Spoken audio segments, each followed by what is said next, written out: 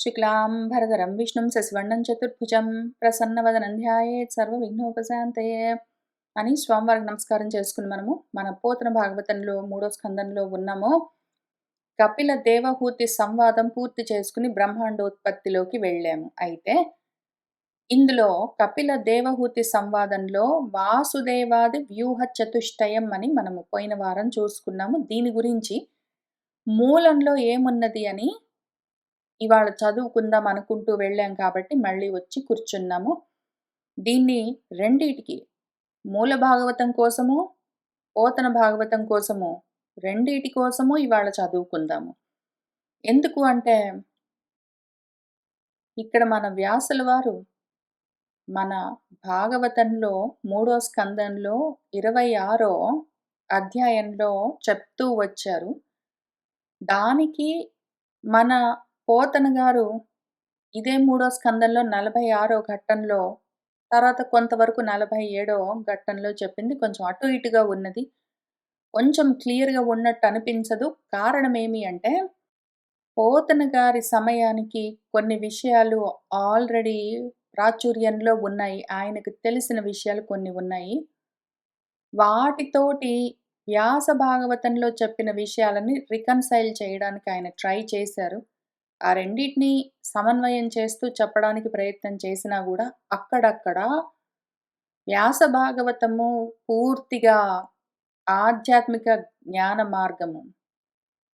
అయితే మన పోతన గారు ఉపాసనా మార్గంలో, భక్తి మార్గంలో ఉంటారు. దానివల్ల ఏమైందంటే కొంత అటు ఇటుగా ఉంటుంది విషయము. ఆయనకు మనసుకు నచ్చిన విధంగా, ఆయన మనస్సు ఒప్పుకున్న విధంగా చెప్తూ వెళ్లారు. కొంతగా మూలంలో నుంచి మారినా గూడా ఆయన పట్టించుకోలేదు. ఒకచోట ముఖ్యంగా ఆయన పద్యం కోసం చూసుకుని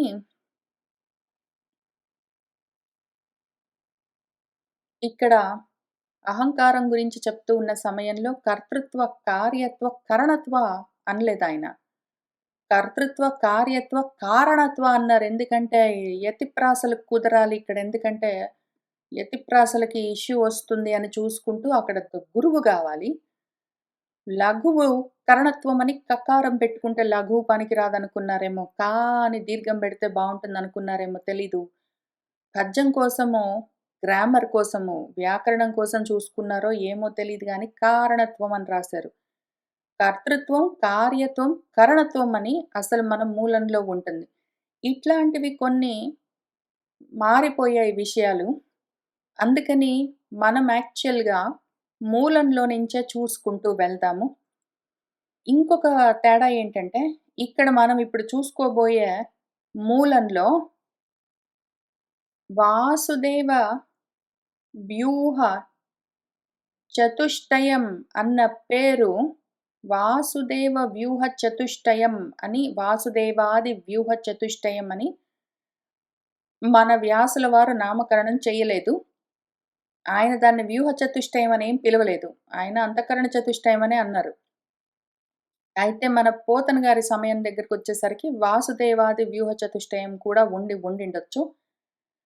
అయితే ప్రాబ్లమ్ ఏంటంటే మూలంలో ఈ విషయం లేకపోయేసరికి ఆయన కూడా ఎంతవరకు సొంతంగా చెప్పగలరు. కాబట్టి ఆయన మూలానికి పాపము అన్యాయం చేయలేక, ఆయనకు తెలిసిన విషయాన్ని వదులుకోలేక, ప్రణిపాతం దగ్గర ప్రాబ్లమొచ్చి ఆయన కొంచెం అటు ఇటుగా చెప్పుకుంటూ వెళ్లారు. ఎందుకు అంటే వాసుదేవాది వ్యూహ చతుష్టయం అని చెప్పాలంటే 4 చెప్పాలి. వాసుదేవ్ అని చెప్పి ఆగడానికి వీల్లేదు. వాసుదేవ్ అని చెప్పిన తర్వాత రెండోది ఇక్కడ మళ్ళీ తర్వాత ఒక చోట సంకర్షణుడు అని, అనంతుడు అని ఇంకొక పేరున్నది. ఆ తర్వాత ఇంకా అక్కడైపోయిన తర్వాత నెక్స్ట్ ఘట్టంలో అనిరుద్ధం అని ఒకటున్నది. ఇంకింతే 3 ఉన్నాయి. నాలుగోది లేదు. వాసుదేవము, సంకర్షణము, అనిరుద్ధం అయిన తర్వాత ఇంక నాలుగోది అక్కడ లేనే లేదు. మూలంలో లేదు గాబట్టి ఆయన పాపం ఏం కనిపెట్టి రాయలేదు. దాంతో నాలుగో పేరు లేకుండా పోయింది. ఆది అన్నప్పుడు 3 వచ్చాయి. నాలుగోది లేకుండా ఉన్నది. ఇట్లాంటి భేదాలుండడం వల్ల దీన్ని పోయిన వారం కొంత చెప్పుకున్నాం కాబట్టి, ఇప్పుడసలు మూలంలో నుంచి ఇందులో ఉన్నదేంటో చూసుకుంటూ వెళ్దాము. రెండిటికి పనికొచ్చే విధంగా వ్యాస భాగవతానికి ఎందుకంటే వ్యాస భాగవతంలో చెప్పుకున్నప్పుడు నేను గూడా ఇంత లోతుగా దాన్ని చూసినట్టు లేను. 2 వారాలు చెప్పినట్టు గుర్తున్నది. కానీ అప్పటికి గూడా నాకు కూడా కొన్ని క్వెషన్స్ ఉండే. ఇవాళ మళ్ళీ కూర్చొని మొత్తం నోట్స్ రాసాను. కాబట్టి ఇవాళ మళ్ళీ వ్యాస భాగవతం కోసం కూడా చెప్తాను. పోతన భాగవతం కోసం కూడా చెప్పుకోవాల్సి వస్తున్నది. చూసుకుందాము. మళ్ళీ ఇదే మూడో స్కందంలో వ్యాస భాగవతంలో మూడో స్కందంలో 26 అధ్యాయంలో మన గురువుగారు భగవంతుడు కొన్ని విషయాలు చెప్తూ వచ్చారు. అందులో మనం ఇప్పుడు ఫోకస్ అంతఃకరణ చతుష్టయం కాబట్టి ఇక్కడి నుంచే చెప్తున్నాను. మనః బుద్ధిః అహంకారః చిత్తం ఇతి అంతరాత్మకం. అంటే అంతఃకరణం అని మనం దాన్నే పిలుస్తూ ఉంటాము. చతుర్థ 4 విధాలుగా లక్ష్యతే కనిపిస్తూ ఉంటుంది. 4 భేదాలతో ఉంటుంది. 4 రకాల వృత్తులతో ఆ లక్షణాలతో ఉంటుంది. అంతఃకరణము దాన్నే అంతరాత్మ అంటాము. ఇప్పుడు అది 4 భేదాలతో ఎందుకుంటూ ఉంటుందంటే 4 రకాల పనులు చేస్తూ ఉంటుంది. అది ఒక్కటే ఉన్నది అంతరాత్మ ఒకటే అయినా గూడా, అది ఏ సమయంలో ఏ పని చేస్తూ ఉంటుందో దాన్ని బట్టి దానికో పేరుంటుంది. ఈ 4 ఎందులో భాగము అంటే, మిగిలినవన్నీ ఉన్నాయి గదా! మనకొక 25 తత్వాలున్నాయని ఆయన తత్వ లక్షణాలను చెప్తూ ముందు ప్రకృతిని చెప్పారు. ఆ తర్వాత ఇంక అక్కడి నుంచి పంచ చతుర్భిః దశభిః అని 5, 5, 10 దశ ఒక 10, 20 ఈ 4 24 ఈ 24 తత్వాలతో పాటు ఇంకా ఒకటి కాలము 25వ తత్వం అని చెప్తూ ఉన్నారు. పంచ భూతాలు, పంచ తన్మాత్రలు, పంచ జ్ఞానేంద్రియాలు, పంచ కర్మేంద్రియాలు మొత్తం 20. ఆ తర్వాత ఈ అంతఃకరణ చతుష్టయం అని 24 ఉంటాయి. దాని గురించి ఇక్కడ చెప్తున్నారు. ఆ తర్వాత 25ది కాలమని ఒక పంచవింశకః 25దో తత్వం ఒకటి ఉంటుంది అని చెప్పారు. ఇప్పుడు మన ఫోకస్ ఇవాళ మనోబుద్ధ్యహంకార చిత్తాత్మకంగా ఉన్న అంతరాత్మము. ఈ అంతరాత్మనే మనము అంతఃకరణం అంటాము. లేదా అంతఃకరణ చతుష్టయం అంటాము. ఇక్కడెక్కడ మన వ్యాసుల వారు దాన్ని వాసుదేవాది వ్యూహ చతుష్టయం అని పిలవలేదు. ఎందుకు అంటే ఆయన అన్నిటికి అన్ని పేర్లేం పెట్టలేదు. 3 చెప్పారు. 4వది చెప్పను గూడా లేదు. వాసుదేవని చెప్పారు, సంకర్షణం చెప్పారు, అనిరుద్ధం అన్నారు. ఇంక తర్వాత ఇంకేం అనలేదు ఆయన. కాబట్టి మనము అంతఃకరణ చతుష్టయంగా చూద్దాం దాన్ని. ఇప్పుడేమైందంటే ఇక్కడి నుంచి 21వ శ్లోకం నుంచి చూద్దాం. ఎందుకంటే అంతవరకు కాలము గురించి చెప్తూ ప్రకృతిలో కాలము కదలికలను కల్పిస్తే ఆ కాలకర్మ స్వభావం వల్ల ప్రపంచమంతా తయారవుతూ ఉన్నది అన్న విషయం చెప్తూ ఉన్నారు. కాబట్టి మనము దాన్ని దాటుతూ ఇక్కడి నుంచి చూసుకుంటూ వచ్చాం. ఎందుకంటే దాన్ని మూల భాగవతంలో చూసాము, పోతన భాగవతంలో పోయిన వారం చూసాం కాబట్టి. ఇప్పుడు ఫస్ట్‌ది చిత్తం. దాని గురించి చూస్తున్నాము. ఏదైతే సత్వగుణంతో ఉంటుందో, అది స్వచ్ఛమై ఉంటుందో, అది శాంతమై ఉంటుందో, భగవత్పదమది. భగవంతుణ్ణి తెలుసుకునేందుకు స్థానమది. అది తత్ మహదాత్మకం. మహత్ ఉంటుంది. మహదాది అని పిలుస్తారు. ఆ మహత్ అది.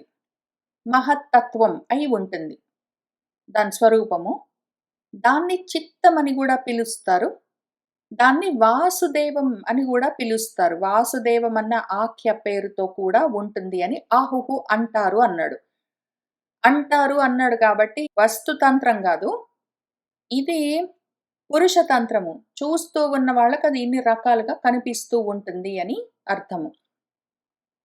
ఇప్పుడు దానికి వాసుదేవం అని ఒక పేరు. చిత్తం అని ఒక పేరు. మహత్తత్వం అని ఒక పేరు. ఎందుకు 3 పేర్లున్నాయి అంటే 3 విధాలుగా కనిపిస్తూ ఉంటుంది మరి. యువతల నుంచి పురుషతంత్రంగా చూస్తూ ఉన్న వాళ్ళకది 3 విధాలుగా కనిపిస్తుంటుంది. అందులో చిత్తంగా ఉన్నప్పుడది ఆధ్యాత్మికము. మహత్తత్వంగా అది ఆది భౌతికము. బయట పంచభూతాలతో వాటితో ఉంటుందది. మహత్తత్వంగా అది ఆది భౌతికము. చిత్తంగా అది ఆధ్యాత్మికము. వాసుదేవంగా అది ఆది దైవికము. ఆధ్యాత్మిక, ఆది భౌతిక, ఆది దైవికంగా 3 పేర్లతో ఉన్నది ఒకటుంటుంది.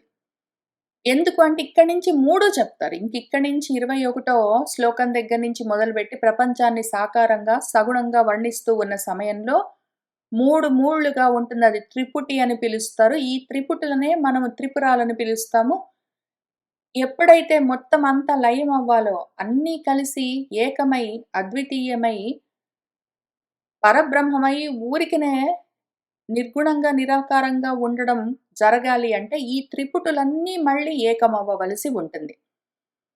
అహం వేరు, బ్రహ్మ వేరు. అహం అంటే నేను ఆధ్యాత్మికము. బ్రహ్మ అంటే ఆది దైవికము అని దాన్ని వేరు చేశామంటే, అహం బ్రహ్మాస్మి అంటే అదే నేనై ఉన్నాను అని కలుపుకోవడం కాకుండా, అహాన్ని, బ్రహ్మను వేరు చేశామంటే అస్మి అని మొత్తం అస్మిత, రాగద్వేష, అభినివేశ అని మొత్తం బ్రహ్మాండం అంతా బయలుదేరుతుంది. దాన్ని త్రిపుటి అని పిలుస్తారు. ఆధ్యాత్మికాన్ని, ఆది దైవికాన్ని రెండిటిని వేరు చేశావంటే ఆది భౌతికం బయలుదేరుతుంది అని ఇంతకు ముందు స్కందంలో ఆయన 10వ అధ్యాయంలో చాలా క్లియర్‌గా ఎక్స్‌ప్లెయిన్ చేశారు. కాబట్టి ఆది భౌతికాన్ని ఎందుకు మనం చూడవలసి వస్తూ ఉన్నది? ఇదంతా బ్రహ్మాండం ఎందుకు కనిపిస్తూ ఉన్నది అంటే, ఆధ్యాత్మికము, ఆది దైవికం 2 వేరు చేసాం మనం. 2 ఒకటే అన్న విషయం మనకు అర్థం కావట్లేదు కాబట్టి. అందుకని 3 మూళ్ళుగా చూపిస్తారు. ఇక్కడి నుంచి ఆధ్యాత్మిక, ఆది దైవిక, ఆది భౌతికమని 3 మూళ్ళుంటాయి. ఈ 3 మూళ్ళని ఆ త్రిపురాలని మనము తీసేసాము. మూడిటిని కలిపేసామంటే మాత్రం అన్నీ లయమైపోతే ఏకమేవ అద్వితీయమై ఉంటుంది. సరే ఇప్పుడు అద్వితీయంకి తర్వాతొద్దాం గానీ, ముందైతే విడిపోతూ ఉన్నాయి, వికారాలు చెందుతూ ఉన్నాయి గాబట్టి, దాన్నే ఈ 3 పేర్లతో పిలుస్తారు. అదే మహత్తత్వాన్ని బ్రహ్మాండంగా చూస్తూ, అదే చిత్తాన్ని మనము మాట్లాడుకుంటూ దాని గురించే మనలో ఉన్నది అంతఃకరణం అనుకుంటూ, వాసుదైవం అని ఇంకొక తత్వం ఉన్నది అని దాన్ని ఉపాసన చేస్తూ ఉంటారు. ఉపాసనా పరులు. ఉపాసనా మార్గంలో ఉన్నవాళ్ళు దాన్ని వాసుదేవంగా ఉపాసిస్తూ ఉంటారు. అదే చిత్తం. అక్కడే భగవంతుడు తెలుస్తూ ఉంటాడని యోగులు ధ్యానంలో తెలుసుకుంటూ ఉంటారు. దాన్ని మహత్తత్వం అని పిలుస్తారు. ఇప్పుడు ఇది స్వచ్ఛం, శాంతం, సత్వం అన్నది దాని లక్షణాలని చెప్పారు కాబట్టి దాని గురించి తర్వాత శ్లోకంలో చెప్తున్నారు. స్వచ్ఛత్వం, అవికారిత్వం, శాంతత్వం ఇది చేతసః వృత్తిభిః లక్షణం ప్రోక్తం యథా అపాం ప్రకృతిః పరా. ఇప్పుడు సత్వం, స్వచ్ఛం, శాంతం. ఈ 3 దానికున్న లక్షణాలు. స్వచ్ఛత్వం అది స్వచ్ఛంగా ఉంటుంది. ఎందుకంటే రెండోది ఉండదు. దాంట్లో వికారాలు ఇంకా లేవు. వికారాలు లేవు కాబట్టి కదలికలుండవు. అది శాంతంగా ఉంటుంది. ఆ విధంగా ఉన్న చేతస్సేదున్నదో అది ఈ వృత్తులతో స్వచ్ఛంగా ఉండడము, మార్పు లేకుండా, కదలికలు లేకుండా ఉండడము, శాంతించి ఉండడం అన్నదేదున్నదో, ఆ స్థితిలో ఉన్నప్పుడు ఆ అంతఃకరణము అంతరాత్మ అది చిత్తమై ఉంటుంది. ఈ చిత్తమై అది ఉన్నప్పుడు మాత్రమే అందులోని ఆత్మతత్వం తెలుస్తూ ఉంటుంది. అది ఒకవేళ కదులుతూ ఉన్నది, మార్పులవుతూ ఉన్నది, అది స్వచ్ఛంగా లేదు, భేదాలన్నీ చూస్తూ ఉన్నది అంటే ఇంకప్పుడది చిత్తం కాదు. నెక్స్ట్ అది అహంకారమో, మనసో, బుద్ధిగానో మారుతుంది. మనోబుద్ధి అహంకారాలుగా అది ఉన్నది అంటే ఆత్మతత్వాన్ని తెలుసుకోదు. ఆ ఆత్మతత్వం భగవత్పదం తెలియాలంటే చిత్తంగా మాత్రమే ఉన్నప్పుడే తెలుస్తుందది. ఇప్పుడు ఈ స్వచ్ఛత్వం, అవికారిత్వం, శాంతత్వం అనేవున్నాయో, ఆ చేతస్ యొక్క వృత్తులు, చైతన్యం అని పిలుస్తాము. చిత్తము దాని యొక్క వృత్తులు, లక్షణాలేమున్నాయో, ఆ లక్షణాన్ని ఎట్లా ఉంటుందని ప్రోక్తం చెప్తారంటే యథా ప్రకృతి పరా అపాం. అపాం నీళ్ళెట్లా ఉంటాయి? నీరు ఎప్పుడైతే స్వచ్ఛంగా ఉన్నదో, అదెప్పుడైతే కదలకుండా, వికారాలు లేకుండా ఉన్నదో, శాంతమై నిశ్చలంగా ఉన్నదో, అటువంటి స్థితిలో నీళ్లు అద్దంలాగా ఎట్లా ఉంటాయో, అటువంటి నీళ్లు దేన్నైనా ప్రతిఫలించి చూపిస్తూ ఉంటాయి. ఆ రకంగా ఉండడము చిత్తం యొక్క లక్షణము. కాబట్టి మనసుని చిత్తంగా తయారు చేసుకోమని చెప్తూ ఉంటారు. చిత్తశుద్ధి లేకపోతే శివ పూజ చేయలేరు అన్నదానికి అర్థం ఇదే. అది శుద్ధమై ఉంటేనే, స్వచ్ఛం, అవికారం, శాంతమైతేనే ఆ చిత్తము శుద్ధమవుతుంది. ఆ రకంగా శుద్ధమైనప్పుడే అది శివ పూజ అంటే భగవత్ పదాన్ని చేరుతుంది. పూజనం అంటే, భజనం అంటే విభాగం లేకుండా, విభజనం లేకుండా తగులుకొని ఉండడం. అదే అయి ఉండడం. భగవత్ పదాన్ని తగులుకొని ఎప్పుడుంటుంది అంతఃకరణము, అంతరాత్మ అంటే అది చిత్తమై ఉన్నప్పుడు మాత్రమే. చిత్తమై ఉన్నప్పుడు అది శుద్ధమై ఉంటుంది. కాబట్టి చిత్తశుద్ధి ఉంటేనే శివ పూజ, శివుణ్ణి చేరే మార్గము. ఇప్పుడు ఈ నీటి యొక్క పరాప్రకృతి, దాని శ్రేష్టమైన స్వభావము, దాని పరమమైన స్వభావం, నీటి యొక్క స్వభావము జనరల్‌గా ఎట్లా ఉంటుంది? నీటి యొక్క స్వభావం జనరల్‌గా నీరు శాంతంగా, మార్పు లేకుండా స్వచ్ఛంగా ఉంటుంది. అయితే ఎప్పుడైతే అందులో ఏదైనా మట్టో, బురదో కలిసిందంటే అది స్వచ్ఛత కోల్పోతుంది. ఎప్పుడైతే అలలతో ఉన్నది అంటే అది మారుతూ ఉంటుంది. అశాంతిగా ఉంటుంది. అలలతోటి ఉన్నది, అది కదులుతూ ఉన్నది అంటే ఈ చిత్తము రజోగుణంతోటి ఉండవలసి ఉంటుంది. ఎప్పుడైతే బురదతోటి, పంకంతోటి ఉన్నది అంటే తమో గుణంతోటి ఉండాలి. తమో గుణం లేదది స్వచ్ఛంగా ఉన్నది. రజోగుణం లేదది శాంతమై ఉన్నది అంటే శుద్ధమై ఉంటుంది. అది చిత్తమప్పుడు అది భగవత్ పదము. ఆ స్థితిలోనే ఆత్మతత్వం, పరమాత్మతత్వం, పరాత్మతత్వం తెలుస్తుంది. నీటి యొక్క పరమ స్వరూపమేమి? దాని స్వస్వరూపం, నీటి యొక్క స్వస్వరూపమేమి? స్వచ్ఛత్వం, అవికారిత్వం, శాంతత్వం. అటువంటి స్థితిలో ఉండాలి. అటువంటి స్థితిలో స్వచ్ఛమైన నీరులాగా మనసు ఒకవేళ కదలకుండా ఉన్నదంటే, అలలు లేకుండా నిశ్చలంగా ఉన్న స్వచ్ఛమైన జలంలాగా ఒకవేళ అంతఃకరణం ఉన్నది అంటే, అందులో ఆత్మతత్వం ప్రతిఫలిస్తుంది. పరాత్మ తెలుస్తుంది. ఇప్పుడు ఈ మహత్తత్వాత్ వికుర్వాణాత్ భగవత్ వీర్య సంభవాత్ క్రియాశక్తి అహంకారః త్రివిధః సమపద్యత. ఈ మహత్తత్వం ఉంది గదా! దీన్నే వాసుదేవం అని పిలుస్తారు. వాసుదేవం ఎందుకు అంటే వసించి ప్రకాశిస్తూ ఉన్నది అని అర్థం. వసించి ఉన్నది, ప్రకాశిస్తూ ఉన్నది. వసించి ఉన్నది అంటే అస్థి. ప్రకాశిస్తున్నదంటే భాతి, అస్థి భాతి. లేదా వసించి ఉన్నదంటే సత్. ఉన్నది అంటే సత్. ప్రకాశిస్తున్నది అంటే చిత్. సచ్చిత్‌గా ఉంటుందది. అందులో ఒకవేళ వికారాలు కలిగాయంటే, ఆ మహత్తత్వంలో వికారాలు కలిగాయంటే, భగవత్ వీర్య సంభవాత కాలం ప్రచోదనం చేసిందంటే, ఎందుకంటే భగవంతుడంటే కాల భగవానుడు. ఎప్పుడైతే కాలము ప్రచోదనం చేసిందంటే, ఆ మహత్తత్వంలో వికారాలు కలిగాయంటే, అప్పుడేం జరుగుతుందంటే, త్రివిధమైన అహంకారము, ఈ చిత్తము అహంకారంగా మారుతుంది అప్పుడు. ఆ చిత్తము కదిలిందంటే మాత్రము, ఆ మహత్తత్వంలో మార్పులు కలిగి, ఆ చిత్తం అహంకారంగా మారుతుందది. మళ్ళీ ఒక్క రకం గాదు, 3 రకాల అహంకారాలుగా మారుతుంది. ఎందుకంటే త్రిగుణాత్మకం అవుతుందది. త్రిగుణాలతో కలిసి అది 3 రకాల అహంకారాలుగా మారుతుంది. క్రియాశక్తితో పాటు కలిసి ఉంటుంది. ఆ విధంగా సమపద్యత అవుతుందది. ఇప్పుడు మనం రెండో విషయానికొస్తున్నాము. చిత్తమైపోయింది, అహంకారానికొస్తున్నాము. వాసుదేవం అయిపోయింది, సంకర్షణానికొస్తున్నాము. ఈ త్రివిధమైన అహంకారం మళ్ళీ త్రిగుణాలతో కలిసి వైకారిక అహంకారము అంటే సాత్విక అహంకారము, తైజసిక అహంకారం అంటే రాజసిక అహంకారము, తామసిక అహంకారం అని 3 దాని వల్లే కలుగుతాయి.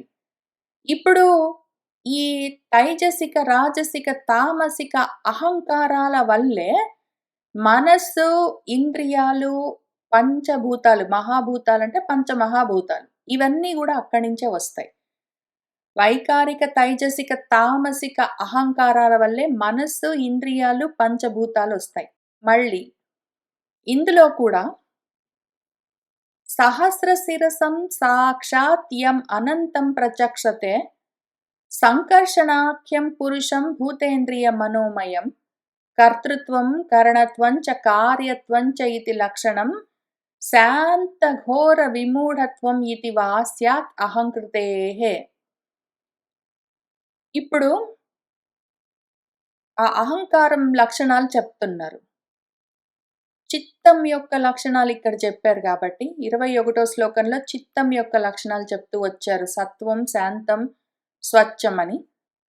ఇక్కడ అహంకారం యొక్క లక్షణాలు చెప్తున్నారు. అది మనోమయమై ఉంటుంది. భూతేంద్రియమయమై ఉంటుంది. అది సంకర్షణమన్న ఆఖ్య పేరుతో ఉంటుంది. సంకర్షణమన్న పేరున్నప్పుడు అది ఆది దైవికం. అది ఇంద్రియ మనోమయమై ఉన్నప్పుడు ఆధ్యాత్మికం. భూతమయమై ఉన్నప్పుడు పంచభూతాలతో కూడి ఉన్నప్పుడు అది ఆది భౌతికం. భూతాలతో ఉన్నప్పుడు భౌతికం అది. ఆది భౌతికం. మనోమయమై ఉన్నప్పుడు, ఇంద్రియమయమై ఉన్నప్పుడు ఆధ్యాత్మికం. సంకర్షణం అన్న పేరుతో ఆది దైవికంగా 3గా దాన్ని చూస్తారు. మనసేంద్రియాలని మనము ఆధ్యాత్మికం నేనే అనుకుంటూ దేహేంద్రియ అభిమానంతో నాది నాదని వాడుకుంటాం ఆ శరీరాన్ని. ఆధ్యాత్మికం నేను అంటాం దాన్ని. ఇంద్రియ అభిమానం ఉంటుంది. పంచభూతాలను మనం నీరు, నిప్పు, ఆకాశం, గాలి, భూమి అని చూస్తూ ఉంటాము. భౌతికము ఫిజిక్స్ అని చెప్తాము దాన్ని. పంచభూతాలతో ఉన్నది కాబట్టి అది భౌతికము. కాక దాన్ని ఉపాసకులు ఉపాసనా మార్గంలో సంకర్షణుడిగా ఆరాధిస్తూ ఉంటారు. ఈ సంకర్షణుడిని వాళ్ళెట్లా చూస్తారంటే సహస్ర శీర్షమైన పురుషుడిగా చూస్తూ ఉంటారు. సాక్షాత్తుగా అనంతుడు అని పిలుస్తారు. అనంతమైన సహస్రమైన శిరస్సులతో ఉన్న స్వరూపంగా వాళ్ళు సాకారంగా ఉపాసిస్తూ ఉంటారు. వాళ్ళా పేరు పెట్టుకుని అనంతమైన శిరస్సులతో ఉన్న అనంతుడు అని పిలిచినా కూడా టెక్నికలీ అది మనస్సు. మనస్సు అనంతమైన శిరస్సులతో మాటి మాటికి పైకి లేస్తూ ఉంటుంది. అది ఎన్నో కోరికలుగా మనస్సు పైకి లేస్తూ ఉంటుంది. అది సంకర్షణము. ఇందాక వాసుదేవం అంటే సచ్చిత్ అని మనం ఎట్లా అర్థం చెప్పుకున్నామో, ఇక్కడ సంకర్షణం అంటే అర్థం చూసుకుందాం. సంకర్షణం అంటే అందులో నుంచి బయటికి లాగడం. ఒక దాంట్లో నుంచి ఒకటి బయటికి లాగితే దాన్ని సంకర్షణం అంటారు. ఒక మట్టి ముద్ద ఉన్నదనుకోండి. అందులో నుంచి ఒక చిన్న మట్టి ముద్దని అందులో నుంచి బయటికి లాగామనుకోండి. దాని పేరు సంకర్షణము. లేదా ఒక జంతువు శరీరంలో నుంచి ఇంకో జంతువు బయటికొచ్చిందనుకోండి. లేదా ఒక చెట్టులో నుంచి ఇంకొక చెట్టు బయటికొచ్చిందనుకోండి. అవన్నీ సంకర్షణం బయటికి రావడం. ఆకర్షణం అంటే దగ్గరికి వెళ్ళడము. వికర్షణం అంటే విడిపోవడము. అట్లా ఉంటాయి. సంకర్షణం అంటే ఒక దాంట్లో నుంచి బయటికి రావడం సంకర్షణం. ఇప్పుడు ఈ సంకర్షణం ఎందుకుంటుంది అంటే, ఒక కోరికలో నుంచి ఇంకో కోరిక నుంచి ఇంకొక కోరికలో నుంచి ఇంకొక కోరిక అట్లా పుడుతూనే ఉంటాయి. ఒక దాంట్లో నుంచి ఒక దాంట్లో నుంచి ఒక దాంట్లో నుంచి ఒకటి భూతేంద్రియ మనస్సులో నుంచి రకరకాల కోరికలన్నీ అందులోంచి ఒక దాంట్లో నుంచి ఒకటి బయటికొస్తూనే ఉంటాయి. అంతకన్నా ముందు ఉన్నంత వరకు మాత్రం అది సంకర్షణం కాదు. అందులో నుంచి బయటికి ఏమి రావదు. ఊరికనే ఉంటుందది. అందులో వికారం కలుగుతూ ఉన్నప్పుడు అది ఒక దాంట్లో నుంచి ఒకటి, ఒక దాంట్లో నుంచి ఒకటి. ముందు ఆకాశం, ఆకాశంలో నుంచి శబ్దం, శబ్దం దగ్గర నుంచి చెవి, అక్కడి నుంచి మళ్ళీ గాలి, గాలి నుంచి స్పర్శ, స్పర్శ నుంచి చర్మం, అక్కడి నుంచి మళ్ళీ అగ్ని, అగ్ని నుంచి ఏదో రూపం, రూపం నుంచి ఏదో కళ్ళు అని ఈ రకంగా ఒక దాంట్లో నుంచి ఒక దాంట్లో నుంచి ఒకటి సంకర్షణం బయటికొస్తూ ఉంటాయి. కాబట్టి దాని పేరు సంకర్షణము. మనసులో నుంచి అంతే, పంచభూతాల్లో నుంచి అంతే గాబట్టి ఒక దాంట్లో నుంచి ఒకటి అనంతంగా బయటికొస్తూ ఉంటాయి. ఎన్ని శిరస్సులు బయటికొస్తాయి. అవే రూపాల్లో నుంచి, అవే మనుషుల్లో నుంచి ఎన్ని మనుషులు బయటికొస్తూ ఉంటారు. అవే చెట్లలో నుంచి కొన్ని కోట్ల చెట్లు బయటికొస్తూనే ఉంటాయి. అవే రూపాలుగా మళ్ళీ నెక్స్ట్ రూపం తీసుకుంటూనే ఉంటాయి. మళ్ళీ అవే రూపాలుగా మళ్ళీ నెక్స్ట్ రూపం తీసుకుంటూనే ఉంటాయి. ఆ రకంగా సంకర్షణ లోపల నుంచి బయటికి తీస్తూ ఉండడం అన్న తత్వం ఒకటి ఉన్నది. ఆ రకంగా ఆ తత్వం అట్లా తీయకపోతే మనుషులకి మనుషులు పుట్టడము, చెట్లకు చెట్లు రావడము ఈ రకంగా జరగదు. జంతువుల్లో నుంచి జంతువులు రావడము, ఒక దాంట్లో నుంచి ఒకటి రావడం అన్నది ఇంక కుదరదు. ఆ సంకర్షణం అన్న తత్వం లేకపోతే. సరే కాబట్టి సంకర్షణం అన్న పేరుతో ఉపాసకులు ఉపాసిస్తూ ఉంటారు. అది ఆది దైవికంగా చెప్పుకుంటారు. పంచభూతాలతో ఉన్నది పాంచభౌతికం అది. భౌతికం ఆది భౌతికము. తర్వాత ఇంద్రియ మనోమయమై ఉంటే అది ఆధ్యాత్మికమై ఉంటుంది. ఇప్పుడు ఇంతవరకు మనకు సంకర్షణ వచ్చింది. ఇంకా సంకర్షణానికే అంటే మన అహంకారానికే ఇంకా కొన్ని లక్షణాలు చెప్తున్నారు ఈ తర్వాత శ్లోకంలో. కర్తృత్వం, కరణత్వం, కార్యత్వం. ఈ కార్యత్వం ఉన్నది, కర్తృత్వం ఉన్నది. ఈ కరణత్వాన్నే మన పోతన గారు కారణత్వం అని మార్చారిక్కడ. కర్తృత్వ, కార్యత్వ, కరణత్వాల్లో ఆయన దాన్ని కారణత్వమని మార్చుకున్నారు. ఎందుకో? కర్తృత్వ, కార్యత్వ, కారణత్వం అని మార్చుకున్నారు. దాంతో విషయం మారిపోతుంది. ఎందుకు అంటే కార్యత్వం ఉన్నది అంటే, కార్యము దేహమున్నది అంటే, కరణత్వము ఈ అంతఃకరణాలతోటి రకరకాల ఇంద్రియాలన్న ఉపకరణాలతోటి కార్యకరణ సంఘాతమంతా బయలుదేరుతుంది. అంటే దేహేంద్రియాలన్నీ ఉంటాయి.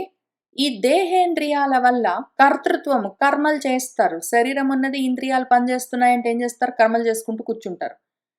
కాబట్టి కార్యత్వ, కరణత్వం వల్ల కర్తృత్వం ఉంటుంది. ఈ కర్తృత్వ, కరణత్వ, కార్యత్వాలన్నీ అహంకారం యొక్క లక్షణాలు.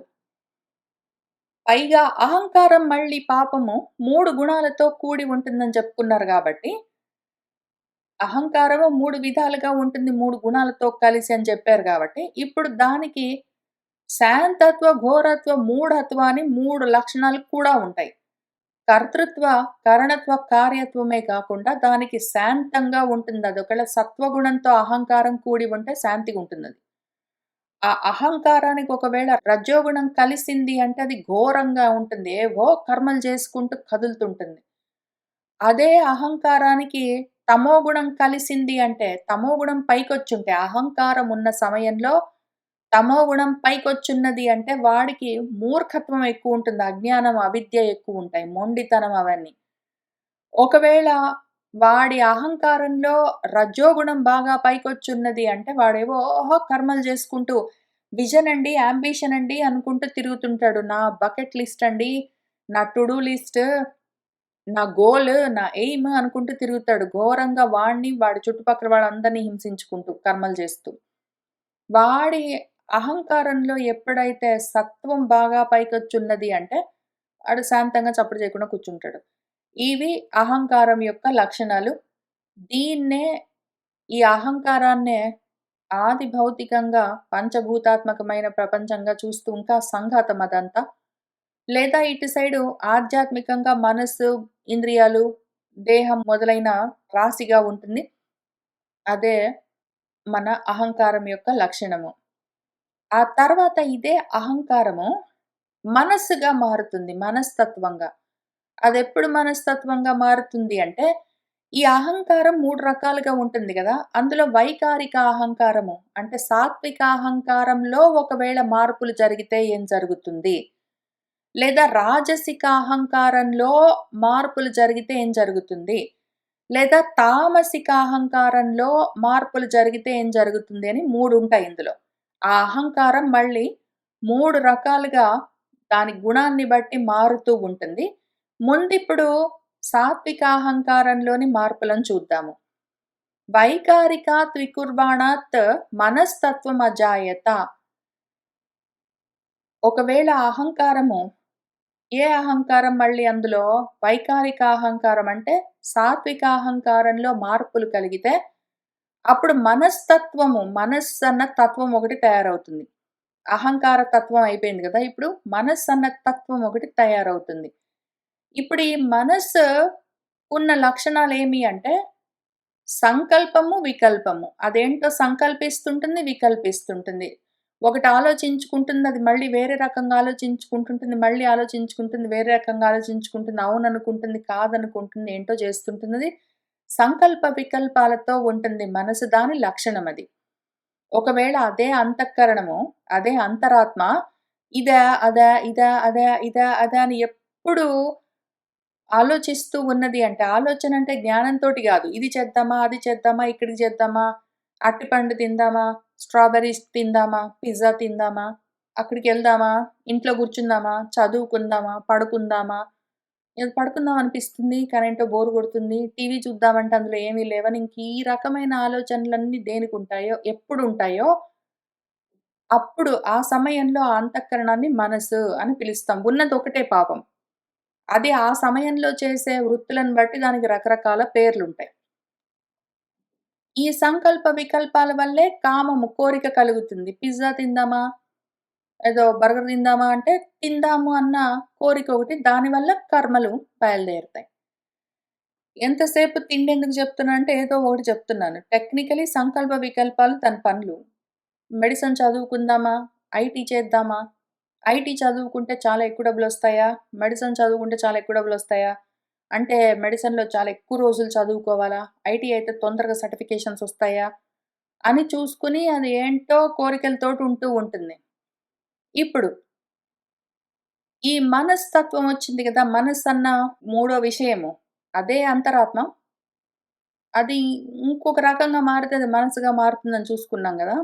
అప్పుడేం జరుగుతుందంటే, యత్ విదుహు మళ్ళీ వీళ్ళు చెప్తూ ఉంటారు అన్నాడు. భగవంతుడు చెప్పట్లేదు. ఆయన వైపు నుంచి అంతా ఒకటే ఏకమేవ అద్వితీయం. అయితే ఇటు సైడ్ నుంచి చూస్తున్న వాళ్ళకి రకరకాలుగా కనిపిస్తుంటుంది. కాబట్టి వాళ్ళకేం కనిపిస్తుందంటే అని చెప్తున్నారు. ఆయనేమంటున్నారంటే, అనిరుద్ధ అన్న పేరుతో పిలుస్తారు దాన్ని. అది ఋషికాణం అధీశ్వరం. ఋషికములు అంటే ఇంద్రియాలు. ఇంద్రియాలకు అధిపతి అయి ఉంటుంది. ఆ మనస్సు చెప్పినట్టే ఇంద్రియాలు పనిజేస్తాయి. మనసు లేకపోతే ఏ పనులు చెయ్యవు ఇంద్రియాలు. మనసు కదులు అంటేనే చెయ్యి కదులుతుంది. మనసుకి ఇష్టం ఉంటేనే కన్ను చూస్తుంది. ఒక్కొక్కసారి మనసు తగులుకొని లేకపోతే కంటి ముందు దృశ్యం ఉన్నా గూడా కన్ను చూస్తూ ఉంటుంది. కానీ మనస్సుకు తగులుకొని లేకపోతే మనసు దాన్ని పట్టించుకోదు. కాబట్టి ఇంద్రియాలను మొత్తాన్ని నడిపించేది మనసే. ఆ వృశ్చికాలకు అధిపతి అయి ఉన్న ఆ మనస్సుని అనిరుద్ధము అన్న పేరుతో పిలుస్తూ ఉంటారు అని చెప్తున్నాడు. ఎందుకు అంటే నిరుద్ధం అంటే నిరోధించడం కష్టము. మనసుని ఆపడం కష్టము అని దానర్థం. ఇంతకుముందు మనం సంకర్షణానికి, వాసుదేవానికి అర్థం చెప్పుకున్నట్టు, సంకర్షణం అంటే ఓ దాంట్లో నుంచి, ఓ దాంట్లో నుంచి, ఓ దాంట్లో నుంచి ఒకటి బయటకొస్తూ ఉంటాయని. అట్లా అనిరుద్ధం అంటే ఆపడం కష్టం. దీన్ని అడ్డుకోలేము. మనసునెవరు ఆపగలరు? మనసు మహా చంచలంగా ఉంటుంది. అది కదులుతూనే ఉంటుంది. అది సంకల్ప వికల్పాలు చేస్తుంటుంది. కోరికలతో ఉంటుంది. ఏవో పాపము దేహేంద్రియాలతో పనులు చేయిస్తూ ఉంటుంది. అది పొద్దస్తమానము తీరిక లేకుండా ఉంటుంది. పడుకుంటే పాపం కలల్లో గూడా మళ్ళీ మనసే ఏవో కర్మలు చేస్తూనే ఉంటుందది. దాన్ని ఆపడం కష్టము, నిరోధించడం కష్టము అని ఆ పేరుకర్థం. అనిరుద్ధము అంటే నిరోధించటం. దాన్నాపడం. అమ్మో! మనస్సును పట్టుకోవడం చాలా కష్టము అని ఆ పేరుకర్థం. ఇప్పుడు దాన్ని అనురుద్ధం అన్న పేరుతో ఉపాసన చేసుకుంటూ ఉంటారు. ఒకవేళ దాన్ని భగవత్ తత్వంగా చూస్తూ ఉన్నవాళ్ళు ఆది దైవికంగా, ఆధ్యాత్మికంగా అది మనస్సు. ఇక్కడ ఆది భౌతికం ఇంకేమీ చెప్పలేదు. ఇంతే చెప్పారు. ఆది దైవికము, ఆధ్యాత్మికము రెండే చెప్పారు. ఆది భౌతికం ఎందుకో మరి మనసు గురించి చెప్పలేదు. ఆ తర్వాత అదెట్లా ఉంటుంది అంటే, వీళ్ళు యోగులు ఆ మనసుని ఎట్లా ధ్యానిస్తారు, ఉపాసిస్తారంటే, శారద ఇందీవర శ్యామం శరత్కాలంలోని కలువ పువ్వుల శ్యామ వర్ణంతో ఉంటుంది అని దాన్ని ఆరాధిస్తూ ఉంటారు యోగులు. నెమ్మదిగా మనసులో దాన్ని పెట్టుకుని ఆ రూపాన్ని శరత్కాలంలోని కలువ పువ్వు లాంటి శ్యామల వర్ణంలో ఉన్న ఒక స్వరూపాన్ని వాళ్ళు యోగులు హృదయాల్లో ధ్యానం చేస్తూ ఉంటారు ఆ ఉపాసకులు అని చెప్తూ ఉన్నారు. ఇప్పుడు మనకి అంతవరకొచ్చేసరికి వాసుదేవము చిత్తము, సంకర్షణము అహంకారము, అనిరుద్ధము మనస్సు వచ్చేసాయి. తర్వాత బుద్ధి ఉన్నది ఇంకా అక్కడికెళ్దాము. ఇప్పుడు వైకారిక అహంకారము, సాత్వికాహంకారం వికారం చెందితే మార్పు చెందితే మనసుగా మారిందని చూసుకున్నాం గదా! తైజసాహంకారం ఒకవేళ వికారం చెందితే ఏం జరుగుతుంది అంటే బుద్ధి తత్వంగా మారుతుంది అభూత్. ఇంకొక తత్వము మనకి 25 తత్వాల్లో నెక్స్ట్ తత్వం బుద్ధి తత్వంగా మారుతుంది. అదే అహంకారము. రాజసిక అహంకారం మార్పులు చెందితే బుద్ధిగా మారుతుంది. అది ద్రవ్య స్ఫురణ విజ్ఞానం. ఏదైనా ఒక ద్రవ్యం ఉందంటే అది ఏంటి అని స్ఫురించేందుకు కావలసిన జ్ఞానము దాని వల్లే, బుద్ధి వల్లే కలుగుతుంది. కంటి ముందు ఒక వస్తువు ఉన్నది అంటే అది ఏంటి అని అర్థం గావాలంటే బుద్ధి ఉండాలి. ఇప్పుడు కంటి ముందు ఒక వస్తువు ఉన్నది అంటే మనసు చూస్తుంది. కానీ అది ఊరుకుంటుంది. దాని గురించిన జ్ఞానం కావాలి అంటే మాత్రము అదేంటి అని తెలియాలంటే మాత్రం బుద్ధి ఉండాలి. కంటి ముందు అసలు మనసు తగులుకోలేదు ఆ ఇంద్రియానికి, కన్నన్న ఇంద్రియానికి అంటే కంటి ముందు రూపం ఉన్నా గూడా దానికి తెలియదు. కానీ అది మనసుగా ఉన్నప్పుడు అక్కడ ఒక రూపం ఉన్నది, ఒక వస్తువు ఉన్నదని తనకి తెలుస్తుంది. కానీ అది ఏమి వస్తువు అని ఇన్ఫర్మేషన్ తెలియాలంటే మాత్రము అదే అంతఃకరణము బుద్ధిగా మారితేనే అదేంటి వస్తువు అన్నది కనిపెట్టగలదు. పైగా ఇంద్రియాణం అనుగ్రహః. ఇంద్రియాలు ఏవి పట్టుకుంటాయో, దానికి నువ్వు చూస్తున్న వస్తువు ఇది, దాని రూపం ఇది, దాని లక్షణం ఇది అని ఆ ఇన్ఫర్మేషన్ అంతా సప్లై చేసేది బుద్ధి అన్న స్థితిలో ఉన్నప్పుడు మాత్రమే. అదే అంతఃకరణము. బుద్ధిగా ఉన్నప్పుడే ఇన్ఫర్మేషన్ సప్లై చేస్తుందది ఇంద్రియాలకి. అప్పుడేం చేస్తుంది? ఆ కంటి ఎదురుగా ఉన్నది అన్నము, దాన్ని తీసి నోట్లో పెట్టుకో అని ఆ ఇన్ఫర్మేషన్ సప్లై చేసేది బుద్ధి. ఆ తర్వాత దానికి ఇంకా కొన్ని లక్షణాలున్నాయి. సంశయః అథ విపర్యాసః నిశ్చయః స్మృతిః ఏవ చ స్వాపః ఇతి ఉచ్యతే బుద్ధేః లక్షణం వృత్తితః పృథక్. ఆ బుద్ధి చేసే వృత్తులుంటాయి. బుద్ధి మళ్ళీ ఒక్కలాగా ఉండదు. బుద్ధి రకరకాలుగా ఉంటుంది. అది ఎన్నో పనులు చేస్తుంది. మనస్సు పాపం రెండే చేస్తుంది. అది సంకల్ప వికల్పాల వరకే. బుద్ధి చాలా పనులు చేస్తుంది. వేరు వేరుగా దాని వృత్తులను బట్టి, పనులను బట్టి బుద్ధి ఎట్లా ఉంటుందంటే సంశయాత్మకంగా ఉంటుంది.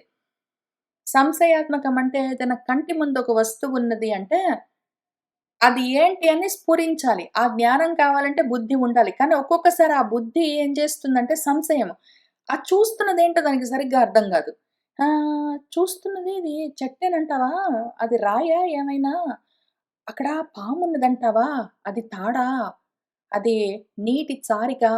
అని అట్లా సంశయాలతోటి ఉంటుందది. ఒకటే విషయము రకరకాలుగా కనిపిస్తుంటుంది ఒక్కోసారి దానికి.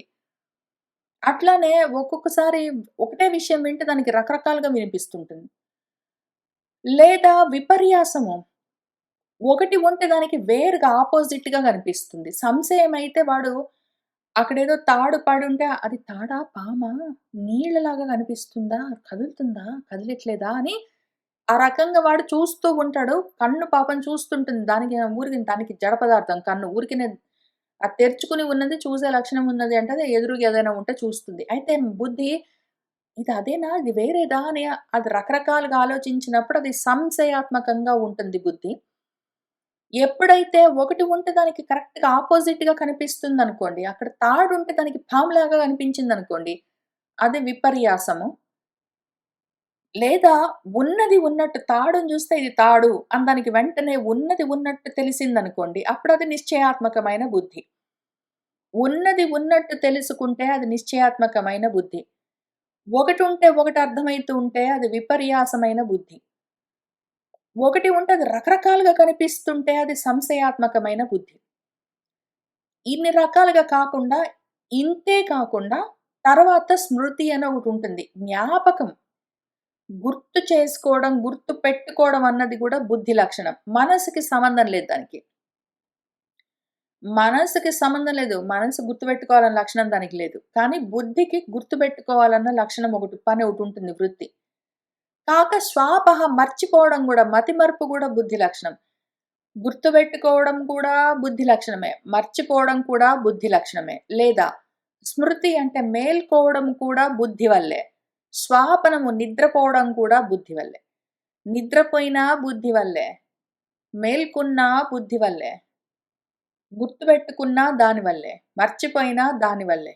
ఇదా? అదా? అని అనుమానించినా దాని వల్లే. ఎన్నో రకాలుగా ఉన్నట్టు అనిపించినా దాని వల్లే. ఉన్నది ఉన్నట్టు తెలిసినా దాని వల్లే. ఇవన్నీ బుద్ధి యొక్క లక్షణాలని చెప్తున్నారు. అయితే ఈ బుద్ధి అన్న తత్వానికి పేరేమీ చెప్పలేదు. మనస్తత్వానికి అనిరుద్ధము, అహంకారానికి సంకర్షణము, చిత్తానికి మాసుదేవం అని చెప్పినట్టు, బుద్ధికి ఈ పేరున్నది అని ఏమీ చెప్పలేదు. ఇక్కడ నాలుగో పేరు మన వ్యాసుల వారు. కాబట్టి మన పోతన గారు గూడా ఇక్కడ అంతఃకరణ చతుష్టయం వాసుదేవాది వ్యూహ చతుష్టయం అని పిలిచినా గూడా, ఆ చతుష్టయంలో వాసుదేవం భావం ఇక్కడ జెప్పారాయన. ఆ తర్వాత మళ్ళీ సంకర్షణం అని ఉన్నది గాబట్టి అది చెప్పారాయన. ఆ తర్వాత అనిరుద్ధం అని చెప్పగలిగారు. ఇంకా నాలుగోది బుద్ధికి ఏం పేరు చెప్పలేకపోయారు. ఎందుకంటే మూలంలో లేదు గాబట్టి ఆయన అక్కడ దానికి వదిలిపెట్టారు. తైజసాని ఇంద్రియాణి ఏవ క్రియాజ్ఞాన విభాగశః ప్రాణస్య క్రియాశక్తిః బుద్ధేః విజ్ఞానశక్తితా. ఈ తైజసాని ఇంద్రియాణి రాజసిక అహంకారం వల్ల ఏ ఇంద్రియాలైతే పనిచేస్తూ ఉన్నాయో, అవి మళ్ళీ 2 రకాలుగా ఉంటాయి. క్రియా, జ్ఞానము అవి కర్మలు చేస్తే కర్మేంద్రియాలు. అవి తెలుసుకుంటూ ఉంటే జ్ఞానేంద్రియాలు. తెలుసుకునేవన్నీ జ్ఞానేంద్రియాలు, కర్మలు చేసేవన్నీ కర్మేంద్రియాలని మళ్ళీ 2 విధాలుగా ఉంటాయవి. ఆ రకంగా విభాగం ఉంటాయి. ఈ కర్మలన్నీ ప్రాణం వల్ల జరుగుతూ ఉంటాయి. ప్రాణం ఉంటేనే కర్మలు జరిగేది. కాబట్టి ప్రాణం యొక్క లక్షణం ఏంటి అంటే క్రియాశక్తి. క్రియాశక్తి ఎక్కడి నుంచి వస్తుందంటే ప్రాణం వల్ల. అట్లనే జ్ఞానశక్తి ఎక్కడి నుంచి వస్తుందంటే బుద్ధి వల్ల. బుద్ధి వల్ల జ్ఞానశక్తి కలుగుతుంది. దాంతో జ్ఞానేంద్రియాలు పనిచేస్తాయి. ప్రాణం వల్ల క్రియాశక్తి కలుగుతుంది. కాబట్టి కర్మేంద్రియాలు పనిచేస్తూ ఉంటాయి. ఇప్పుడు వైకారిక అహంకార వికారాల వల్ల సాత్విక అహంకారం వికారం చెందడం వల్ల మనసు, రాజసిక అహంకారం వికారం చెందడం వల్ల బుద్ధి అయిపోయాయి గాబట్టి, తామసిక అహంకారం వికారం చెందితే ఏమవుతుంది అంటే, ఇంకిక్కడి నుంచి మొత్తం బ్రహ్మాండం మొదలైతుంది. మొత్తం బ్రహ్మాండము జగత్తంతా తయారవుతుంది. ఇప్పుడు అహంకారంలో 3 విధాలుగా మార్పులు చెందుతాయి. 3 గుణాలను బట్టి అహంకారం 3 విధాలుగా మారుతుంది. అహంకారం ఒకవేళ సాత్వికమై ఉన్నప్పుడు మనసుగా ఉంటుందిక్కడ ఆధ్యాత్మికంగా. అది ఒకవేళ రాజసికమైతే బుద్ధిగా ఉంటుంది ఆధ్యాత్మికంగా. ఇప్పుడు అదొకవేళ తామసికంగా అయితే స్థూల దేహం తయారవుతుంది. అందులోని పంచ తన్మాత్రలు బయలుదేరుతాయి. అందులో ఉన్న పంచ ప్రాణాలు ఏవేవి ఉన్నాయో స్థూల దేహము, పంచ ప్రాణాలు, పంచ కర్మేంద్రియ జ్ఞానేంద్రియాలు, పంచ తన్మాత్రలు అన్న మిగిలినవి మొత్తము ఆధ్యాత్మికమంతా తామసికాహంకార వికారం వల్లే జరుగుతుంది. అట్లానే పంచభూతాలు బయట కనిపించే పంచభూతాలు, బయట ఉండే శబ్దాలు, రూపాలు, రసాలు, గంధాలు అట్లాంటివన్నీ ఏవేవి ఉన్నాయో పంచ తన్మాత్రలు అవన్నీ మొత్తము ఆది భౌతికమైనవన్నీ తామసిక అహంకారం వికారం చెందడం వల్లే. తామసిక అహంకారం వికారం చెందితే పంచభూతాలు, పంచ తన్మాత్రలొస్తాయి. తామసిక అహంకారం వికారం చెందితే ఆధ్యాత్మికమైన దేహేంద్రియాదులు సంభవిస్తాయి. దీనికి మళ్ళీ ఆది దైవికమేమీ చెప్పలేదు. విశ్వంగా బ్రహ్మాండంగా ఉంటుందంతే అది. దానికి పేరు ఏమి చెప్పలేదు. ఆది దైవికమైన పేరు మన వ్యాసుల వారు. మొత్తం ప్రపంచమంతా ఇక్కడి నుంచే వస్తుంది. తామసాహంకారం వికారం చెందిందంటే, ఆ కాలం ప్రచోదనం కాలం వచ్చినప్పుడు తామసాహంకారం అది ముందు శబ్ద తన్మాత్రగా, అక్కడి నుంచి నభస్ ఆకాశంగా, అక్కడి నుంచి శ్రోత్రం చెవిగా, ఆ తర్వాత ఇంకా శబ్దం నుంచి చూసేందుకు ఇవన్నీ మనం చూసుకుంటూ వచ్చాం. ఒక్కొక్కటి మార్పులు చెందుతూ ఉంటాయని మనం నిన్నే మళ్ళీ పోతన భాగవతంలో కూడా చూసుకున్నాం కాబట్టి, ఇంకిక్కడి నుంచి వ్యాస భాగవతంలో నుంచి నేను చెప్పట్లేదు. కానీ మొత్తము ప్రపంచమంతా పాంచభౌతికమైన ప్రపంచం మొత్తము, పాంచభౌతికమైన దేహాలు మొత్తము తామసిక అహంకారం వికారం చెందడం వల్లే కలుగుతూ ఉంటాయి. ప్రపంచం మొత్తము దాని వల్లే. ఇది మొత్తం మనం ఇంతవరకు తెలుసుకున్న అంతఃకరణ చతుష్టయం, వ్యూహ చతుష్టయం అని ఏది పిలిచిన వ్యూహం అంటే సమూహం అని అర్థం. ఒక సమూహము దాన్ని వ్యూహం అంటాము. ఒక పద్ధతి ప్రకారం ఆర్డర్ ప్రకారం ఒక ఆర్డర్‌లీ ఫ్యాషన్‌లో ఏదుంటుందో ఒక పద్ధతి ప్రకారం ఉన్న సమూహాన్ని వ్యూహం అని పిలుస్తారు. యుద్ధాల్లో గూడా వ్యూహం పన్నాడంటాం. ఎందుకంటే ఒక వ్యూహం ప్రకారం పద్ధతి ప్రకారం ఒక సమూహం ఉన్నదంటే ఒక గ్రూప్ దాన్ని వ్యూహం అంటాము. వ్యూఢం అంటాము లేకపోతే. ఇప్పుడు ఆ వ్యూహాలు ఎన్ని? ఏ రకము? వాటి పేర్లేమి? అవేం చేస్తాయి? ఏంటి? అని మనము చూసుకున్నాము. దాంతో మన అంతఃకరణ చతుష్టయం విషయము మనకు తెలిసినంత వరకు పూర్తి చేసుకున్నాము. ఇప్పుడింకా మన పోతన భాగవతంలోకి వెళ్దాము. కాబట్టి ఏం జరిగిందంటే, వాసుదేవం అన్నది చిత్తం అన్నది ఒకటి. అంతఃకరణ చతుష్టయంలో అంతఃకరణాల్లో అంతఃకరణము చిత్తంగా ఉంటుంది. అది భగవదాయత్తమై ఉంటుంది. మిగిలినవన్నీ ప్రపంచం వైపుకి తిరిగుంటాయి. అందులో ఒకటి సంకర్షణము. ఆ తర్వాత సంకర్షణం అయిపోయిన తర్వాత అనిరుద్ధము. ఇంతవరకు మనం చూసుకున్నాం. ఇంక అక్కడి నుంచి ఆ మార్పులన్నీ చూసుకుంటూ వచ్చాము. ఆకాశం, ఆకాశం నుంచి శబ్దం, శబ్దం నుంచి చెవి, ఆ తర్వాత గాలి, గాలి నుంచి స్పర్శ, స్పర్శ కోసం త్వక్, చర్మము ఇంకా అవన్నీ చూసుకుంటూ వచ్చాము. అందులో రకాలన్నీ చూసాము. కాబట్టి మిగిలింది ఈ వచనంలో కొంత భాగం చూసుకొని కొంత ఆపాం కాబట్టి ఇంక అక్కడి నుంచి చూసుకుంటూ వెళ్దాము. ఇక్కడ గంధం ఎన్ని రకాల గంధాల వాసనలుంటాయని చూసి ఇంక అక్కడికి ఆపాము. ఇంక అక్కడి నుంచి చూద్దాము. అదియునున్ కాక ప్రతిమాది రూపంబులంజేసి సాకారత ఆపాదనంబగు భావంబును జలాది విలక్షణ త్రయాంతర నిరపేక్షంబైన స్థితియు జలాది ఆధారతయను ధారణంబును ఆకాశాది అవచ్ఛేదకత్వంబును సకల ప్రాణి పుంస్త్వాభి వ్యక్తీకరణంబును అనునవి పృథివీ వృత్తులు అనంబడును అని చెప్పి వెండియును ఇట్లనియే. అది గూడా గాక అంతే కాక ప్రతిమ ఆది రూపంబులగు ఏవో రూపాలన్నీ ఉంటాయి. ప్రతిమలుంటాయి. ఆ రకంగా సాకారంగా కనిపించే ఆపాదనం చేసే ఏ భావమున్నదో సాకారంగా ఏదైనా సరే కనిపించే రూపంలో చేసే పద్ధతి లక్షణమేమున్నదో అది పృథివీ తత్వం. కళ్ళకు కనిపిస్తూ ఉన్నది అంటే ఏదైనా సరే పృథివీ తత్వం ఉంటేనే కళ్ళకు కనిపిస్తూ ఉంటుంది. ప్రతిమలుగా అట్లా, బొమ్మలుగా అట్లా. అట్లానే జలాది విలక్షణ త్రయాంతర నిరపేక్షం. ఈ పృథివీ నీరు లేకపోయినా దానంతట అదుంటుంది. గాలి లేకపోయినా దానంతట అదుంటుంది. అగ్ని లేకపోయినా దానంతట అదుంటుంది. ఇంకేది లేకపోయినా గూడా భూమి దానంతట అదుంటుంది. జలము, నిప్పు, గాలి. గాలి, అగ్ని, నీరు 3 ఆ త్రయము లేకపోయినా సరే భూమి దాని పాటికది ప్రశాంతంగా ఉంటుంది. అది దాని లక్షణం. అయితే అది ఊరికే ఉండదు. అది వీటి మీద ఆధారపడి ఉండదు. భూమి, నీరు, నిప్పు, గాలి ఈ మూడిటి పైన అది ఆధారపడి ఉండదు. కానీ, ఆ మూడిటికి ఆధారం మాత్రం ఇదే అయి ఉంటుంది.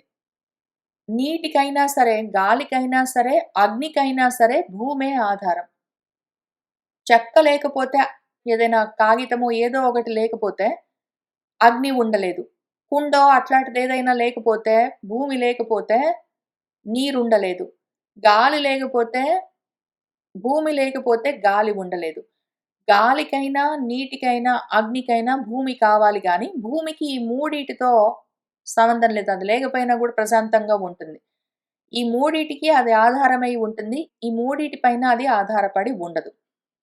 తర్వాత ఆకాశాది అవచ్ఛేదకత్వం అది మిగిలిన 4 ఆకాశము, గాలి, నిప్పు, నీరు ఈ 4గిటిని ఇది వేరు చేస్తూ ఉంటుంది. ఆకాశాన్ని గూడా వేరు చేస్తుంది. ఖాళీ ప్రదేశాన్ని ఒక కుండ ఉన్నదనుకోండి. కుండ లోపలి గాలి, కుండ బయటి గాలి.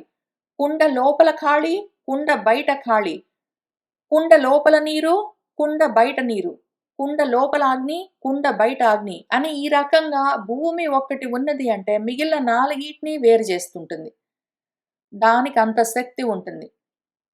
అది సకల ప్రాణుల యొక్క పుంస్పాభి వ్యక్తీకరణము. పురుషులు ఆయా రూపాల్లో వ్యక్తమై కనిపించాలి అంటే.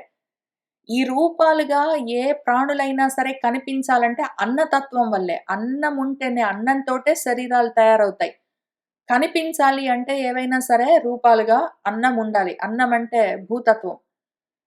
కాబట్టి ఇవి పృథివీ యొక్క వృత్తులు అని చెప్తారు. ఇంకా తర్వాత విషయం ఏంటంటే నభస్ అసాధారణ గుణము. ఇంతవరకు మనం చెప్పుకున్నవన్నీ, పోయిన వారం నుంచి ఇవాళ దాకా చెప్పుకున్నవన్నీ సాధారణ ధర్మాలు, సాధారణ గుణాలు. ధర్మాలంటే కర్మలు, గుణాలు. వాటి యొక్క గుణాలంటే లక్షణాలు, వాటి యొక్క కర్మలంటే ధర్మాలు. కాబట్టి గుణధర్మాలు, వాటి యొక్క లక్షణాలు, వాటి కర్మలు ఇంతవరకు సాధారణమైనవి చెప్పుకున్నాము. ఇప్పుడు అసాధారణమైనవి అంటే విశేషమైనవి. ఇక్కడ అసాధారణమని ఎందుకు ఆ మాట వాడారు మన పోతన గారు. మన మూలంలో విశేషం అని చెప్పారు. అంటే వేరుగా ఉంటుంది అని అర్థము. ఇంకంతే, దానికి స్పెషల్‌గా వేరే అర్థం ఏం లేదు. విశేషం అంటే వేరుగా ఉంటుంది అని. విశేషంగా ఇంకా కొంత కొంత మార్పులతో ఇన్ని రకాలుగా ఉంటాయి అని చెప్తూ విశేషం అన్న పదాన్ని మూలంలో వాడితే ప్రతి చోట నభస్సు యొక్క గుణం విశేషమైందంటే దానికి అర్థం ఏదుంటుందో అది శ్రోత్రం అని చెప్తారు. వాయువు యొక్క గుణం యొక్క విశేషం ఒకటున్నది. దాని అర్థం ఏంటంటే స్పర్శనం అని చెప్తారని ఇంక దాన్ని ఇక్కడి నుంచి నభస్సు, వాయు, తేజో, అంబస్, భూమి అంటే ఆకాశం, గాలి, నిప్పు, నీరు, భూమి అని వీటి గురించి విశేషం, విశేషం, విశేషం అని అందులో ఉన్న మార్పు అని మన మూల భాగవతంలో ఉంటే, ఎందుకో ఇక్కడ అసాధారణం, అసాధారణం అని రాశారు. పోనీ దాన్ని గూడా మనము విశేషమనే చూసుకుందాము. అయితే నాకేమనిపించిందంటే ఇంత దూరం వచ్చేసరికి ఇంక ఇవే లిస్ట్‌లు ఎన్ని సార్లు రాస్తామనుకున్నారో, లేకపోతే ఉపాసనకి ఇది అంతగా పెద్దగా పనికొచ్చేది కాదనుకున్నారో, భక్తి మార్గానికి ఇది పెద్దగా ఉపయోగించేది కాదనుకున్నారో, ఆయన ఏమనుకున్నారో గాని, ఇంక ఈ పేరాలన్నీ అసలు ఈ ఇన్ఫర్మేషన్ అంతా కొంచెం అటు ఇటుగా రాశారాయన. మూలంలో ఉన్న దానికి దగ్గరగా మనం చెప్పుకుంటూ వెళ్దామన్న ఉద్దేశంతోటే మొదలుపెట్టినా గూడా అక్కడక్కడ పక్కకెళ్ళిపోయింది. చూడండి కావాలంటే. నభస్ ఉన్నది గదా! అసాధారణం అని చెప్పుకోవాలక్కడ, సాధారణం గాదు. అసాధారణమైన గుణము శబ్ద విశేష గ్రాహకం. శబ్దం అన్నదాన్ని పట్టుకునేది ఒకటుంటుంది. అది శ్రోత్రము అని చెప్పారు. చెప్పి వాయువు యొక్క అసాధారణ గుణము ఇక్కడ శబ్దం అని చెప్పినప్పుడు స్పర్శ విశేష గ్రాహకం అని ఇక్కడుండాలి. అసాధారణ గుణ స్పర్శ విశేష గ్రాహకంబు చర్మము, త్వక్ అని రాయాలి. అది ఆయన విశేష గ్రాహకం స్పర్శ అని రాశారు. స్పర్శ విశేష గ్రాహకం త్వక్ అని రాయాలి. సరే ఎనీవే గాలి యొక్క విశేషమైన గుణము స్పర్శ. దాన్ని తెలుసుకునేందుకు చర్మము ఉంటుంది. అదొక త్రిపుటి. దాంతో పాటే తేజస్సు యొక్క అసాధారణమైన గుణము విశేష గ్రాహకము. ఏ విశేష గ్రాహకం అంటే రూపము. తేజస్సు యొక్క ఈ శబ్ద విశేష గ్రాహకంలాగా తేజస్సు యొక్క విశేష గ్రాహకం ఏంటంటే రూపం. ఇక్కడ రూపం అని యాడ్ చేసుకోవాలి. రూపం యొక్క విశేష గ్రాహకము చక్షురింద్రియము అంటే కళ్ళు అన్న ఇంద్రియాలు. ఇప్పుడు ఆ తర్వాత అంబస్ నీరు అన్న అసాధారణమైన గుణానికి రసము అన్న విశేష గ్రాహకము, దాన్ని పట్టుకోవడానికి రసన ఇంద్రియం అంటే జిహ్వ, నాలుక ఉండాలి. ఆ తర్వాత భూమి యొక్క అసాధారణమైన గుణము గంధము. ఆ గంధ విశేష గ్రాహకము ఘ్రాణేంద్రియము. భూమికి ఉన్న లక్షణము గంధము, దాన్ని పట్టుకోవడానికి ముక్కు.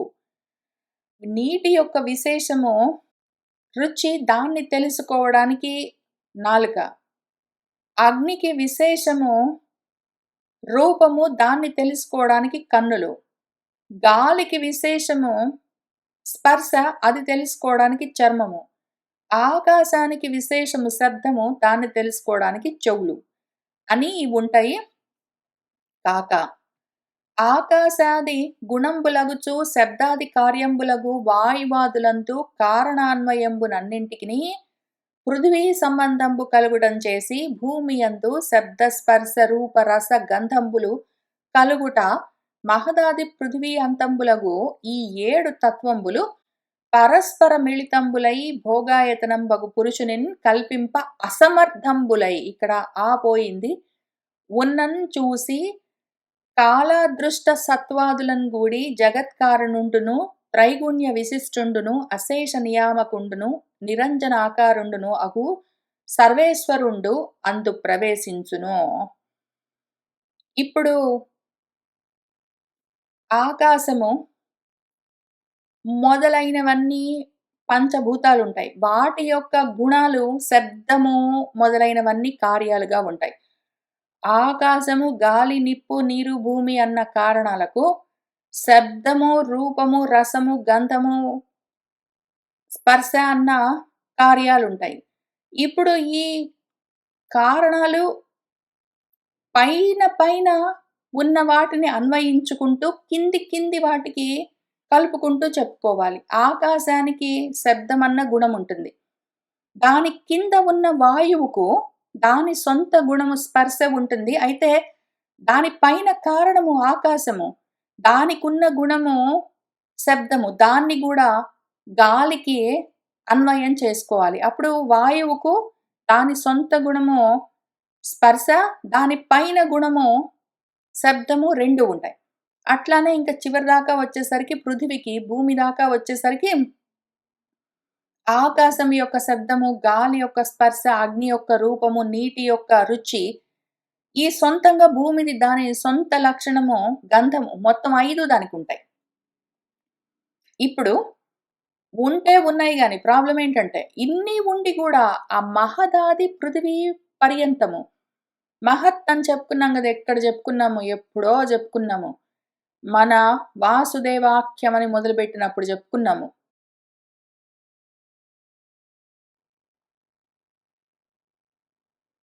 మహత్తత్వము అని మొదలుపెట్టాము. ఇక్కడి నుంచి మొదలుపెట్టి భూమి దాకా వచ్చాము. ఇంత దాకా ఈ పృథివి దాకా వస్తే గూడా, భూమి దాకా వచ్చాము. అక్కడే మహత్ దగ్గర నుంచి మొదలుపెట్టి పృథివి దాకా వస్తే గూడా ఎన్ని తత్వాలొచ్చాయి మనకు? మహత్, అహంకారము, మళ్ళీ అందులో మార్పులు, అవన్నీ చేర్పులు, కూర్పులు ఇన్ని జరుగుతూ చివరికి పంచభూతాల దాకా వచ్చాము. పంచభూతాలు 5, అహంకారం 6, మహత్ 7. ఈ 7 ఉన్నాయి. అందులో రకరకాలుగా మళ్ళీ మార్పులు, చేర్పులు, కూర్పులు అన్నీ ఉన్నాయి. ఇన్ని వికారాలతో ఉన్న ఈ 7 తత్వాలు మొత్తం పరస్పరం మిళితములై అన్నీ కలిసే ఉన్నాయి. కానీ భోగాయతనమైన పురుషుణ్ణి కల్పించడానికి అసమర్థమై ఉన్నాయి. ఎందుకో ఇక్కడ అకారం మిస్ అయింది. ఇక్కడే కాదు అది యాక్చువల్‌గా రోహిణి పబ్లికేషన్స్‌లో గూడా లేదనుకుంటాను. దాంతోటి ఏమైందంటే ఆ పురుషుణ్ణి అవి కల్పించలేకపోయాయి. అన్నీ ఉన్నాయి, ఊరుకున్నాయి అంతే. ఆ రకంగా ఉన్నను చూసి సరే అని కాల అదృష్ట సత్వం. గుణము. సత్వం అంటే గుణం. కాల అదృష్ట గుణము. కాలము, అదృష్టం అంటే కర్మ, గుణము అంటే స్వభావం. కాలకర్మ స్వభావాలతో కలిసి, కాలకర్మ స్వభావాలు కలిస్తేనే ఏదైనా జరిగేది. కాలకర్మ స్వభావాలు కలిస్తేనే జగత్తు కలిగేది.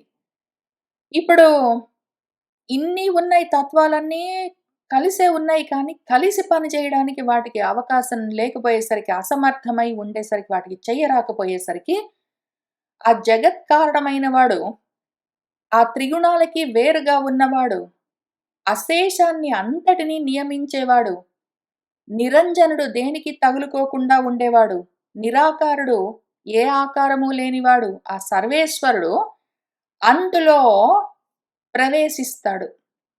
ప్రవేశించును. అప్పుడేం జరుగుతుందంటే అన్యోన్య క్షుభితంబులై ఒకదాంతో ఒకటి క్షోభ చెంది మిళితంబులై అప్పుడవి మళ్ళీ కలిసి అంతకన్నా ముందు ఊరికే కలిసున్నాయి ఒక కుప్పలాగా. ఇప్పుడవన్నీ ఒక పద్ధతి ప్రకారం కలిసి మిళితంబులైన కలవడం వల్ల ఆ మహదాదుల వలన మహత్ దగ్గర నుంచి మొదలుపెట్టి అహంకారం దగ్గర నుంచి మొత్తం పంచభూతాత్మకమైన, పంచ తన్మాత్రకమైన ఈ మొత్తం అన్నీ కలిసి అధిష్టాతృ చేతన రహితంబగు. అయితే మాత్రం ఆ చైతన్యం లేదు వాటికి. అచేతనమైన ఒక అండాన్ని పుట్టించాయి. ఇంకా అప్పుడు ఆ అండం ఏం జరిగిందన్న విషయము చూసుకుందాము. ఇంతవరకు ఆ వాసుదేవన్ దగ్గర నుంచి చెప్పుకుంటూ వచ్చింది స్వరాట్. స్వయంగా ప్రకాశించేది. ఇక్కడ అచేతనమైన ఒక పదార్థం తయారైంది. కాబట్టి ఇక్కడి నుంచి విరాట్. దీనికి స్వయం ప్రకాశకత్వం లేదు.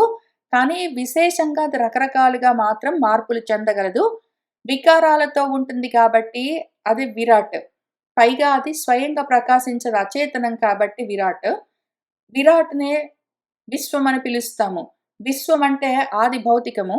విరాట్ స్వరూపం అంటే ఆది దైవికము.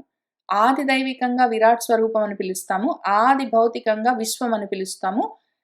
అది రాకన్నా ముందు, ఆ విరాట్ స్వరూపం రాకన్నా ముందు, ఆ విశ్వాన్ని తయారు చేసేందుకు కావలసిన అండము, విశ్వాండము, బ్రహ్మాండము ఒకటి బయలుదేరింది.